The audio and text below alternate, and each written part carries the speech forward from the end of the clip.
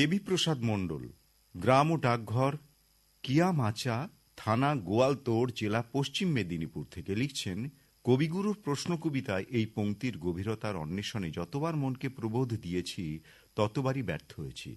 আসলে ষড়রিপুকে নিজের মতো করে পরিচালনা করার মতো শক্তি বোধহয় নেই।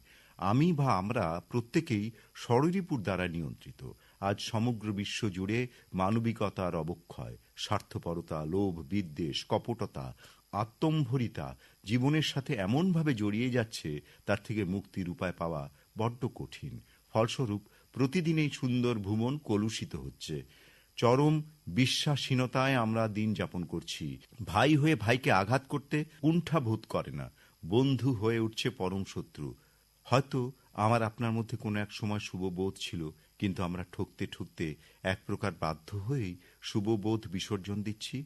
কোনো মানব শিশু অশুভ বোধ নিয়ে জন্মায় না। সমাজ জীবনে বড় হতে হতে সে অসামাজিক, লোভী, কপট, শয়তান হয়ে ওঠে। তবুও বলবো, অন্তর হতে বিদ্বেষ বিষ্ণাসও। পরম শান্তি পাওয়ার পথে বিদ্বেষ যে বড় বাধা। লিখেছেন দেবীপ্রসাদ মণ্ডল, গ্রাম ও ডাকঘর, কিয়ামাচা, থানা গোয়ালতোড়, জেলা পশ্চিম মেদিনীপুর থেকে।